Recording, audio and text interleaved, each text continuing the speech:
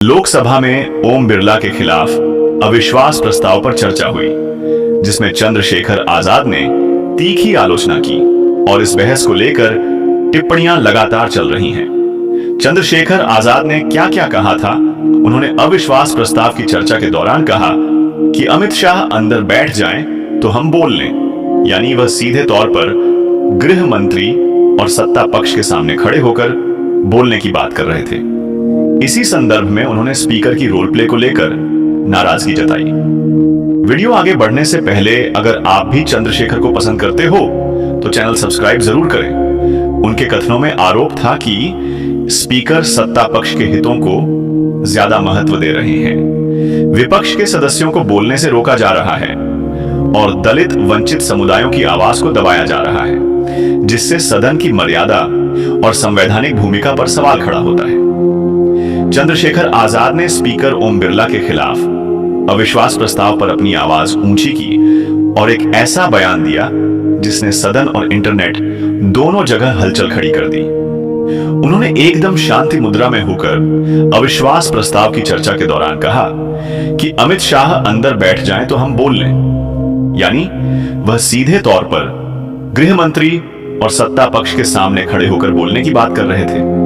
यह बयान सुनकर लोगों में हड़कंप मच गई और उनका कहना था कि बिना दबाव के विपक्ष को बोलने का मौका मिले। चंद्रशेखर आजाद के स्पीकर ओम बिरला के खिलाफ अविश्वास प्रस्ताव वाले भाषण के मुख्य बिंदु थे कि स्पीकर पर अविश्वास और निष्पक्षता का सवाल। आजाद ने स्पीकर के विपक्ष के सदस्यों को बोलने से रोकने और सत्ता पक्ष के लिए ज्यादा रवैया नरम रखने का आरोप लगाया। उनका तर्क था कि जब स्पीकर की भूमिका निष्पक्ष नहीं रहती तो लोकसभा की मर्यादा और संवैधानिक भूमिका खतरे में आ जाती है, इसलिए स्पीकर के खिलाफ अविश्वास प्रस्ताव जायज है। विपक्ष को दबाया जाना और आवाज को रोकना, आजाद ने कहा कि विपक्ष के सदस्यों को बीच में ही रोक दिया जाता है, जबकि सत्ता पक्ष को ज्यादा टाइम दिया जाता है। इसे अन्यायपूर्ण और तानाशाही जैसा व्यवहार बताया। उन्होंने यह भी कहा कि यहां लड़ते हैं तो भीख मांग रहे हो, ऐसा भाव दिखता है, यानी विपक्ष को बोलने का अधिकार छीनने की वजह से उनका अपमान महसूस होता है। दलित, वंचित और युवाओं की आवाज को दबाने का आरोप आजाद ने जोर दिया कि सरकार और अध्यक्ष दोनों साथ मिलकर SC/ST/OBC और युवाओं की बातों को नजरअंदाज है या दबा रहे हैं, जबकि यही लोग देश की ज्यादातर आबादी हैं। उनका कहना था कि जब तक इन समुदायों की आवाज को संसद में ठीक से नहीं सुना जाएगा, तब तक संविधान की भावना पूरी नहीं होगी। आजाद ने कहा कि अमित शाह अंदर बैठ जाएं तो हम बोल लें, यानी टकराव और तनाव न होने पर वे सीधे सीधे तर्क रखने को तैयार हैं। उनका बेसिक मैसेज यह रहा, सत्ता के खिलाफ आवाज उठाने से नहीं डरेंगे, चाहे स्पीकर या गृह मंत्री कितनी भी दबाव डालें। ये उनके भाषण का यह बयान सभी लोगों का दिल जीत लिया।